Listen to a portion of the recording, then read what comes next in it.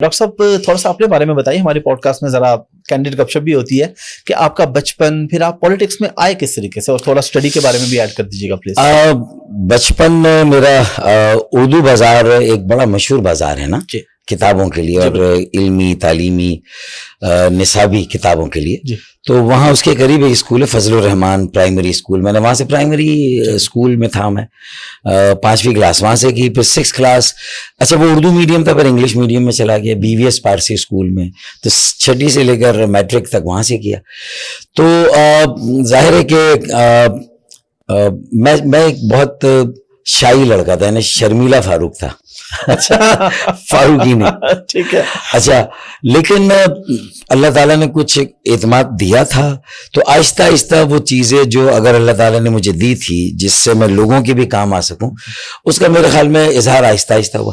اچھا ویسے میں شرمیلا تھا، لیکن گھر میں شرارتی تھا، اچھا، تو والدین کو تھوڑا بچپن میں تنگ زیادہ کیا، اللہ تعالیٰ مجھے معاف کرے۔ کبھی مار بھی پڑی والدین سے؟ ہاں مار پڑی، والد کی مار پڑی، لیکن ماں سے زیادہ وہ مجھے بند کر دیتے تھے ٹوائلٹ میں، واش روم میں نا، اچھا، جب وہ باتھ روم میں بند کرتے تھے تو پھر میرے اندر شاید یہ ایجیٹیشن کی وہ تھا، ایک عنصر تھا، تو میں کیا کرتا تھا کہ نل کھول دیتا تھا ٹیپ نا، وہ سارا، اچھا ہمارے فلیٹس کے اپارٹمنٹس کے سارا اوور ہیڈ ٹینک خالی ہو جاتا تھا، تو میرے سارے پڑوسی آ کے مجھے ریسکیو کرتے تھے، کہتے خدا کے لیے اپنے بیٹے کو نکالے ورنہ تو ہم بھی پانی سے نہ۔ تو یہ کہیں نہ کہیں سے کوئی جگاڑ اور ٹرک نکل آتی تھی میرے خیال میں، پھر وہ چیز آگے بھی مجھے، میری جماعت کو، شہر کو، لوگوں کو کام آئی میرے خیال میں۔ تو یہ میں نے اس لیے بچپن کا ذرا بیک گراؤنڈ دیا۔ پھر اچھا انگریزی اسکول میں مشکل ہوئی، لیکن آہستہ آہستہ کوپ اپ کیا، پھر اچھے نمبر سے پاس ہوئے۔ DJ کالج میں داخلہ نہیں ملا، نیشنل کالج میں مل گیا، وہاں پالیٹکس تھوڑی زیادہ ہوتی تھی، وہاں سے بڑے بڑے نام نکلے تھے، جامعہ کراچی کی سیاست کے بڑے نام وہاں سے نکلے تھے، وہاں سے تھوڑا شغف ہوا۔ اچھا پھر اسکول میں اردو کی جب بیت بازی کا مقابلہ ہوتا تھا نا، تو اس میں میں بہت آگے رہتا تھا، اور اس میں مجھے انعام بھی ملنے لگے، لوگوں نے سراہنا شروع کیا، تو مجھے میرا پہلا کانفیڈنس اردو اور اردو اشعار کو یاد کرنے سے، میرے خیال میں میرا پہلا کانفیڈنس وہاں سے آیا۔ اچھا پھر دوسرا کانفیڈنس مجھے لگا کہ جب انٹرمیڈیٹ میں آ گئے اور پہلے اٹیمپٹ میں میڈیکل کالج میں داخلہ نہیں ملا، اچھی ڈویژن، اچھے نمبر، کوٹا سسٹم کی وجہ سے، یہ پنجاب، بلوچستان، KPK میں یہ کوٹا سسٹم نہیں ہے، لیکن سندھ میں ہے، اور کراچی، حیدرآباد، سکر میں جتنے بھی اچھے نمبر ہو، پروفیشنل کالجز، چاہے وہ ڈاکٹر بنے، انجینئر بنے، سائنٹسٹ بنے، آپ وکیل بنے، اکاؤنٹنٹ، آپ اکاؤنٹنسی میں جائیں، آڈیٹر بنے، وہاں آپ کے لیے داخلوں میں مشکل ہے۔ پھر جب آپ یہ کر بھی لیں تو پھر سرکاری نوکریوں میں ایک کوٹا سسٹم ہے جو آپ کو 1972 سے 40% کے کوٹے میں رکھتا ہے، اور اب تو یہ عالم ہے کہ وہ 40% کا کوٹا بھی نہیں ملتا، کیونکہ آپ کو، ہمارے بچوں کو ہمارے ڈومیسائل پہ نوکریاں نہیں مل رہی، وہ بائکیا اور پانڈا میں نوکری کر رہے ہیں، بائکیا چلا رہے ہیں، اور گریجویٹ ہیں، ماسٹرز ہیں، PhD MPhil ہے، لیکن ان کی بجائے اب نوکریاں مل رہی ہیں زیادہ تر جو پورے ملک سے اور خاص طور سے اندرون سندھ سے آتے ہیں۔ کراچی کا ڈومیسائل سب سے آسانی سے بن جاتا ہے، بڑا فرق ہے ملک کے ڈومیسائل مختلف شہروں کے، ضلعوں کے بنانے میں۔ پورے اندرون سندھ میں میری بیٹی، میرا کوئی بیٹا نہیں جا کے بنا سکتا، لیکن کوئی بھی آ کے کراچی کا بنا سکتا، any Tom Dick and Harry, Karachi میں آئے گا XYZ وہ بنا لے گا۔ تو اس لیے یہ جو غیر منصفانہ اور ایک جانبدارانہ اس طرح کا نظام ہے نا، جو سرکاری وسائل میں اس طرح کا امتیاز کرتا ہے، اس سے پھر آپ پورے ملک میں اگر تعلیم کے دروازے بند کریں گے تو آپ ملک کے مستقبل کو تاریخ کریں، آپ ملک کے مستقبل سے کھیل رہے ہیں، کسی ایک طبقے سے نہیں چلے بھائی اردو بولنے والے آج بھی گزشتہ 30 سالوں میں یہاں ڈیموگرافی، آبادی کا تناسب چینج ہوا ہے، اب یہاں پر ماشاءاللہ بڑی تعداد میں اردو، میمن، گجراتی، میواتی، پوربی بولنے والوں کے علاوہ سندھی، بلوچی اور پختون بڑی تعداد میں، پنجابی، ہزارے وال، سرائکی، گلگتی، بلتی، کشمیری بڑی تعداد میں ہے ماشاءاللہ۔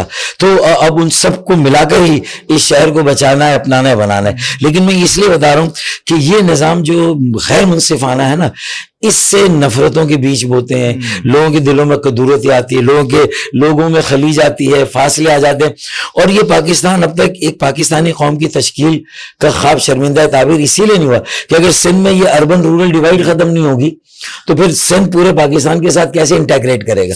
یہ مسائل ہیں. تو اس لیے یہ ختم ہونا چاہیے کہ بھئی تاڈا کتا ٹامی اور ساڈا کتا کتا، یہ نہیں ہونا چاہیے.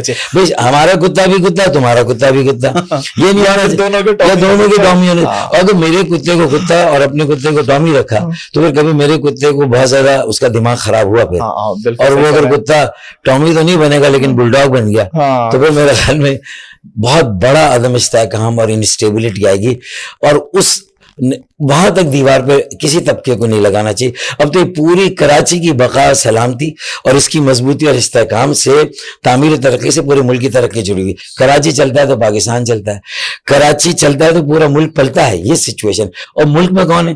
اسلام آباد بھی ہے، اور واضح رہے، یاد رہے، پنڈی بھی ہے. صرف اسلام آباد نہیں، پنڈی بھی ہے. چلتا ہے پلتا ہے جب کراچی چلتا ہے. تو یہ میرے خیال میں زبردست ہو گیا. پھر فرسٹ اٹیمپٹ میں آپ کا داخلہ نہیں ہوا، سیکنڈ میں ہو گیا. پھر ہاں سیکنڈ میں 1 نمبر سے رہ گیا. پھر کراچی میں رہ گیا. پھر میرا اندرون سندھ میں وہ 5 سیٹیں تھی لیاقت میڈیکل کالج جامشورو میں. اچھا اس وقت بھی اور شاید آج بھی قوم پرستی اتنے عروج پر ہے کہ وہاں جو غیر مقامی کراچی یا کسی اور صوبے سے آنے والے، ان کے ساتھ فرسٹ ایئر پھول کے نام پہ اس طرح کا ان کے ساتھ سلوک ہوتا تھا. ان کی پٹائی ہوتی تھی، مار کٹائی ہوتی، سب کچھ ہوتا تھا. تو میرے والدین نے اور میرے ساتھ جو اور لڑکے گئے ان کو اس طرح یہاں سے رخصت کیا تھا جیسے کسی لڑکی کو وداتے ہیں، روتے ہوئے. کوئی پتہ نہیں تھا کیا ہوگا وہاں جا کے. اچھا لیکن چونکہ میری جستجو تھی یار واپس آنا ہے اور بڑا مشکل ہے وہاں رہنا، وہاں کے ماحول میں، تو ایک مجھے میوچل مائگریشن کے لیے ایک میرے سندھی بھائی مل گیا مجھے، جو کہ کراچی سے وہاں جانا چاہتا تھا.